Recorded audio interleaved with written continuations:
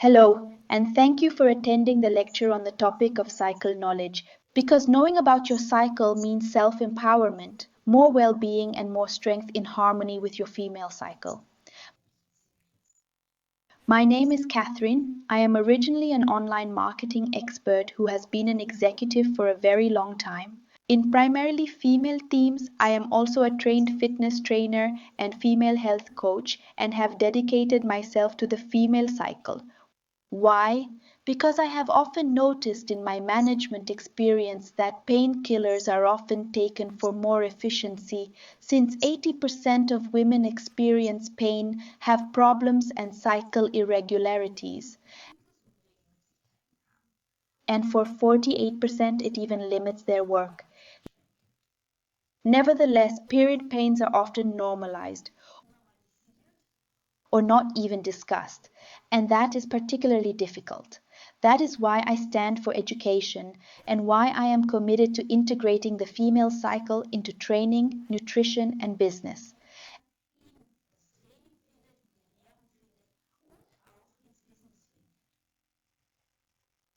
And in the next 30 minutes, you will learn: what is the female cycle? What cycle phases are there? How does cycle-oriented training work? What is cycle-oriented nutrition? And how do we fit cycle and career together? So I'll try to give you a comprehensive view of the female cycle and what you can achieve together with it. Of course, there is much more background knowledge. And if you have medical problems, that is cycle irregularities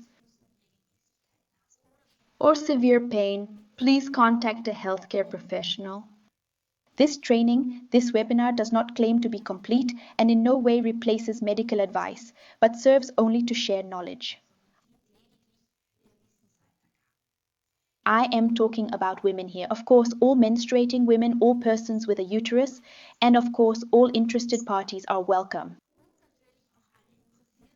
Because the topic goes far beyond the female cycle and affects women's lives as a whole. That's why I think it's great that you want to address this topic.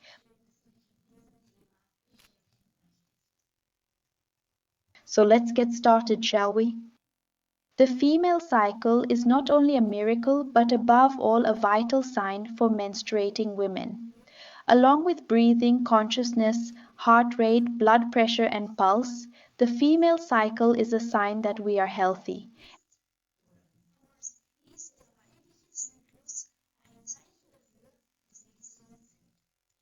And many are often unaware of this because many would like to get rid of the female cycle. 55% of women regularly take painkillers to relieve period pains, to hide, to free you from period pains. And that is often a great shame, and many wish the cycle would go away. But it is very important for us women. Why is cycle knowledge so important? The female cycle accompanies a woman throughout her entire life or half of her life, from the onset of the first period, so menses, to menopause. And that's 30 to 40 years. During one menstrual cycle, several hundred eggs mature, of which exactly one egg develops into a very large egg that then ovulates. So, an average woman has 400 menstrual bleedings in her life. And if these bleedings are accompanied by great discomfort, then this is a big part of life and always comes regularly. That is precisely why you should take a closer look at period pains. As I said before, many women see the cycle as a burden, and that's a shame. Because with knowledge of the cycle, women can recognize hormonal imbalances, especially at the beginning, and support balance yourself. You can use the power of your cycle to increase your own well-being. You can use hormonal phases for the different areas of your life, which we will discuss in more detail later. And you can understand your body better and thus also develop understanding for yourself. And this understanding can often reduce discomfort. The female menstrual cycle varies from woman to woman and from cycle to cycle within an individual. Here are a few facts about this. We are all cyclical beings, that is, even men have a cycle. There is no real research here. Sometimes the male cycle is equated with the solar cycle, so that one believes it lasts one day. But there are also studies that say men have a 7-day cycle. The female menstrual cycle is often associated with the lunar cycle because it also lasts about a month.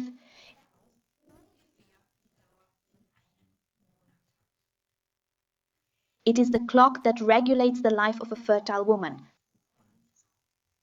That is to say, if the cycle is regular, and what regular can mean, I'll come to that in a moment, then that means that the woman is fertile and that everything is fine.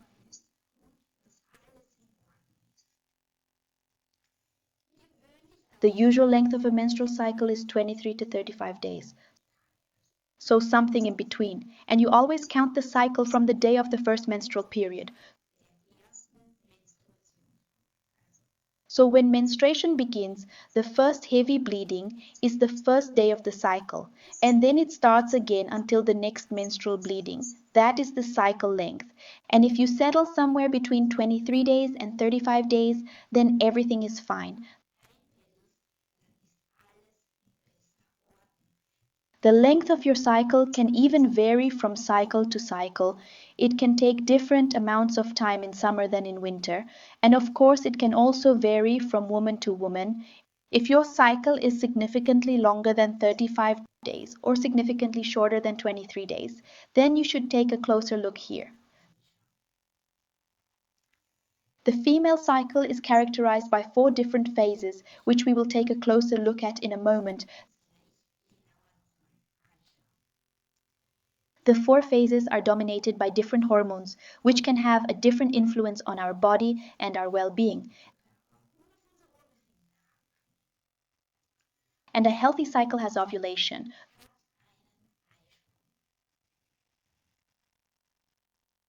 Those who use hormonal contraception, and this is also very, very important, have no cycle. The bleeding that occurs is a so-called termination bleeding because the female body is artificially influenced by taking hormonal contraception with artificial hormones. No more natural cycle takes place.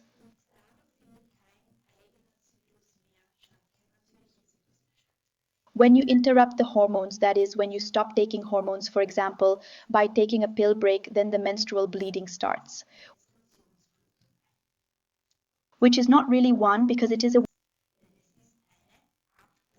withdrawal bleeding that has nothing to do with natural menstrual bleeding.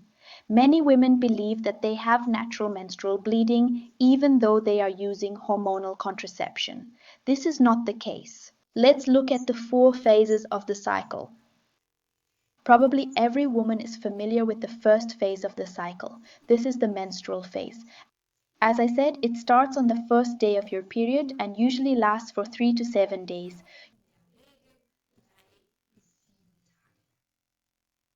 You lose about half an espresso cup of blood. It happens quite often, and for many it is more. Then you can take a closer look here. Follicle maturation begins during the menstrual phase. The follicles mature here and grow. After that, a follicle is selected. That will be the biggest, and this then comes to ovulation. The ovulation phase is actually not a phase because ovulation that's a point in time in the body where the egg, the cell nucleus, jumps out of the shell.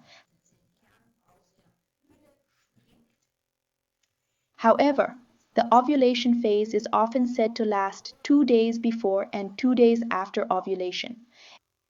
And then comes the luteal phase, the so-called corpus luteum phase, or progesterone phase. And here are the hormones that dominate these phases. You can see that at the beginning of the cycle, all hormones are relatively low. This means that the menstrual phase is not determined by hormones. We find ourselves at the hormonal low point. I will tell you in a moment how we can use this. The FSH or follicle stimulating hormone increases during the follicular phase. This means that the follicle is beginning to mature. At the same time, estrogen also increases and reaches its peak shortly before ovulation. Estrogen is a hormone that improves our charisma, our well-being increases, and we feel really energized. During ovulation, the luteinizing hormone LH is released. It reaches its peak at ovulation and then drops rapidly. The estrogen level also drops again after ovulation.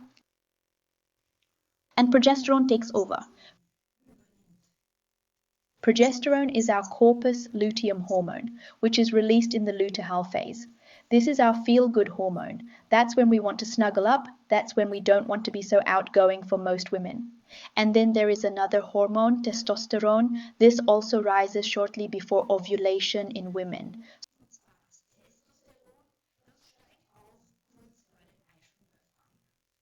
So as you can see, there are no male and female hormones, but simply the dosage is different in the bodies of men and women.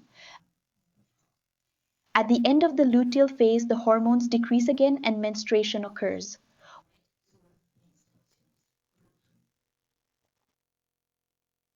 What does this mean for training? It is always very important to me to say, women are not little men, so they should not train like them. In sports science, however, the female body has often been treated as such, and training plans have not been adapted accordingly. There are new trends, especially from the US, on the subject of cycle-oriented training, and I will give you a very, very brief introduction to that.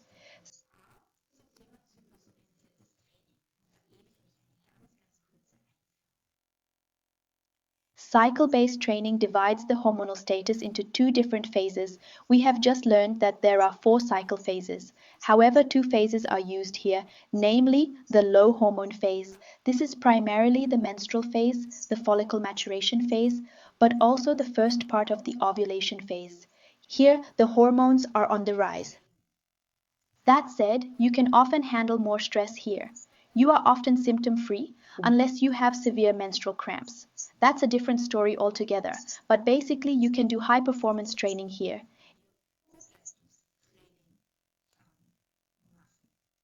It is the so-called anabolic phase.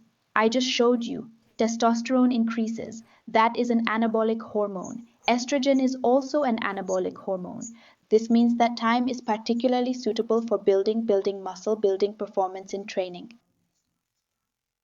And then there is a high hormone phase. This is mainly the corpus luteum phase because progesterone has a catabolic catapult effect. That is why this is often referred to as the maintenance phase. Stress is often perceived as more exhausting, especially if you are dealing with PMS or premenstrual syndrome.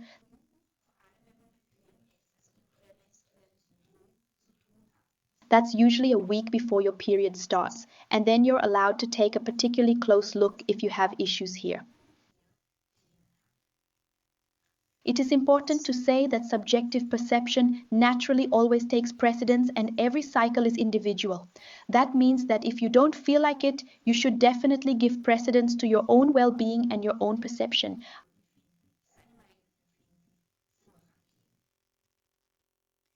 I have a few myths and facts about cycle-based training because I always find them particularly exciting. When the US women's soccer team won the World Cup, they were training based on their cycle. Of course, it's impossible to say for sure whether this really led to their success, but it's definitely worth a try. The players were divided into different teams depending on their cycle phase, and the training was adapted accordingly. As I said before, women who use hormonal contraceptives do not have a cycle and therefore no menstrual bleeding but a so-called withdrawal bleeding.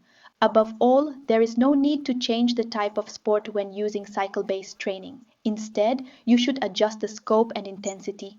The exercises can also be adapted. While, for example, in the low hormone phase, training can be very intensive and fast exercises are not an issue, in the luteal phase, it is better to focus on technique training.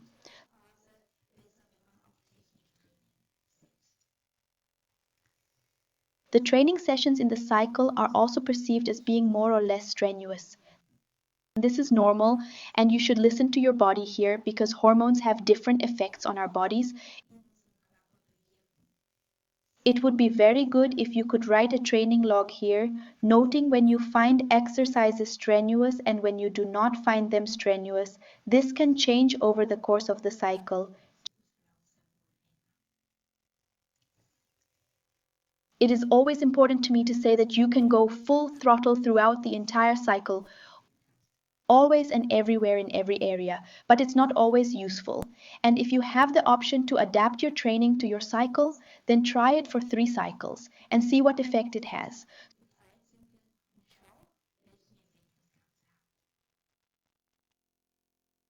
So how should training be organized in the cycle phase? During the menstrual phase, I personally always recommend regeneration on the very heavy bleeding days. But there is nothing to be said against movement here either. On light bleeding days, you can get started with HIIT, with strength training.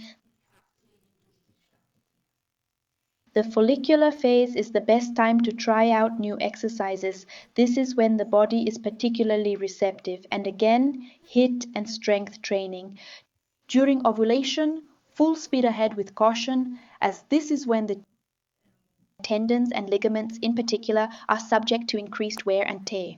This means that injury prevention is important here. Please warm up for longer, do more mobilization exercises before the actual training. Perhaps avoid strong jumping exercises or reduce them. In the luteal phase, it's all about taking it easy on the gas, loosening up, and incorporating stretching exercises, since the body is in a high hormone phase here. Let's move on to the next topic, namely nutrition. And you are not only what you eat, but above all, how you eat. Eating in a calm environment before a meal is particularly important for the nutrients to be properly absorbed. The nutrient requirements in the various phases of the cycle are also different. During the menstrual phase, micronutrients are particularly important, and an anti-inflammatory diet is highly recommended. During the follicular phase, the need for protein and carbohydrates increases. During the ovulation phase, you should make sure you eat proteins. During the luteal phase, your need for fluids increases because progesterone raises your core body temperature.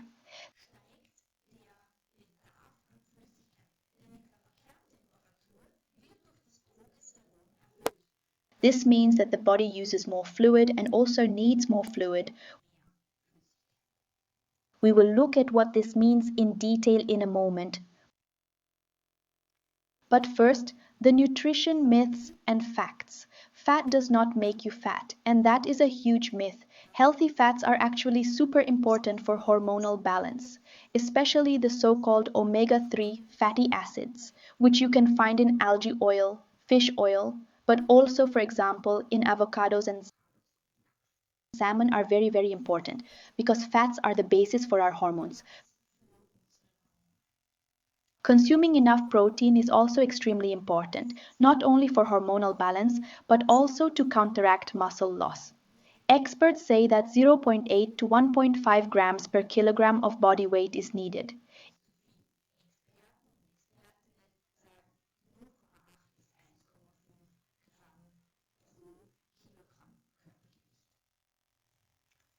If too little food is consumed, the body is in a state of constant stress.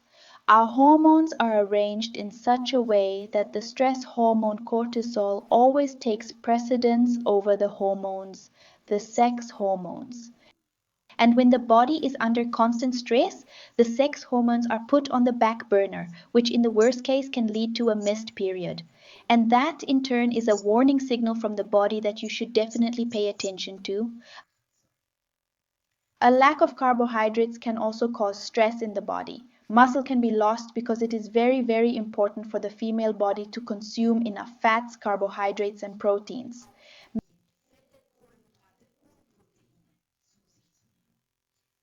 Many experts advise against a purely ketogenic diet. A little carbohydrate is always good for counteracting stress. Vitamin D, vitamin K, iron, and zinc are very important for bone health and should be supplemented if they are not taken in sufficient quantities through food. However, micronutrient analysis can help here.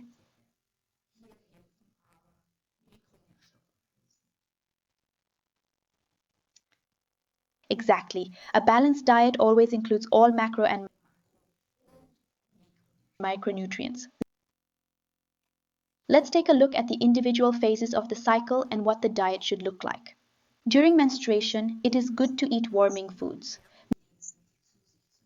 Many women feel cold during their period, so curry soups and stews are perfect here. It is important to ensure that you get enough iron, magnesium, vitamin D, selenium, and above all, omega-3 fatty acids during your menstrual cycle.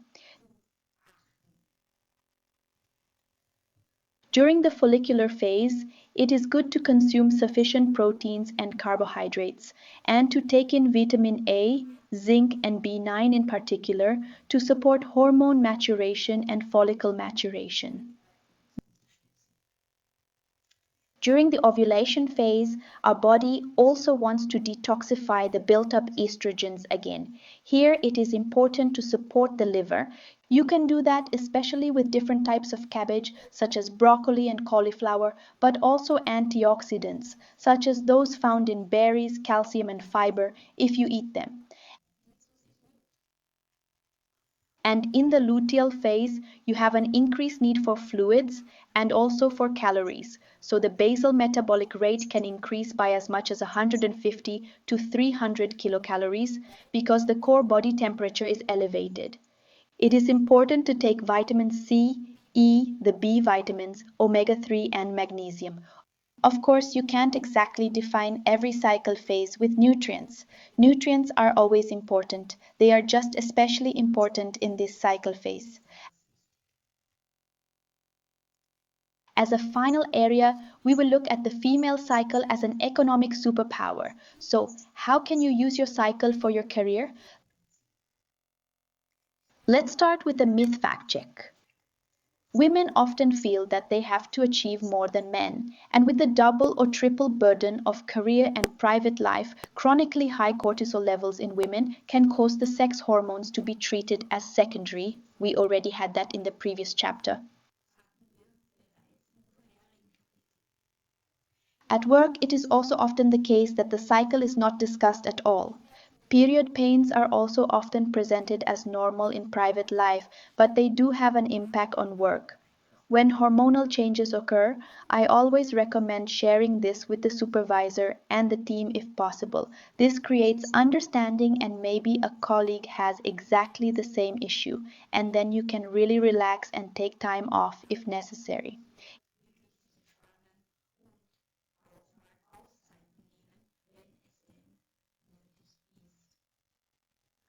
It is also important to me to say that women are not controlled by hormones, and that statements like "she's got her period again" are very negative and should not be used. We are self-determined in our knowledge of our hormones and can use this knowledge to act in harmony with our cycle. As I said earlier, performance is always possible. Full throttle is always possible, but it is not always sensible and can lead to hormonal imbalances. How can you use your cycle for your career now? During the menstrual phase, self-care is of course the top priority during the very heavy bleeding days. But thanks to our hormonal lows, we women have a better spatial sense. We are clear in our heads. This means that visions and plans can be made quite well here. And so can evaluations, for example, because we are very, very clear and our minds can think very well.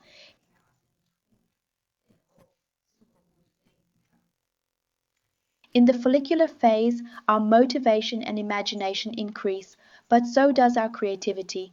We want to get things done, try new things, learn something new. This is the let's get started phase. In the ovulation phase, many women mutate into showboater. Sociability is the top priority here. Negotiations can be conducted well. We are self-confident.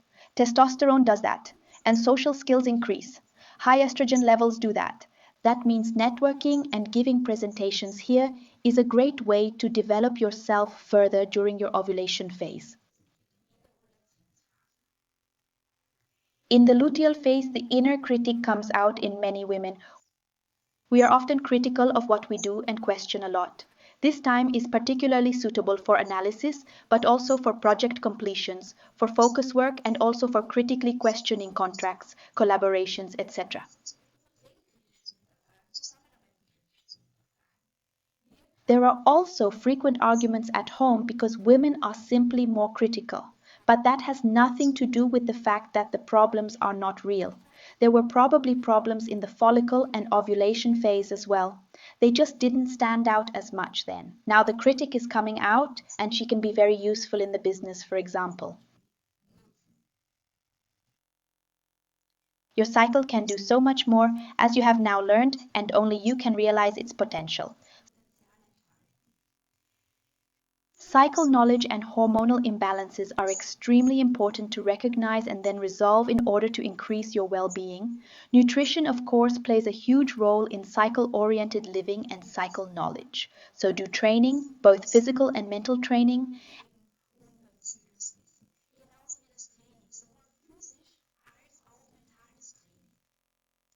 and labor and social issues. You can also track your cycle here. Utilize to become more efficient. In my master classes, for example, I have 240 minutes of on-demand cycle knowledge, tips and tricks in the various areas and individual sessions with me. I also host monthly live online training sessions on a range of topics. And if you'd like to learn more, then you are welcome to visit my website. You can find my contact details here. Thank you for your time. I hope you have learned something, and I wish you a lot more fun.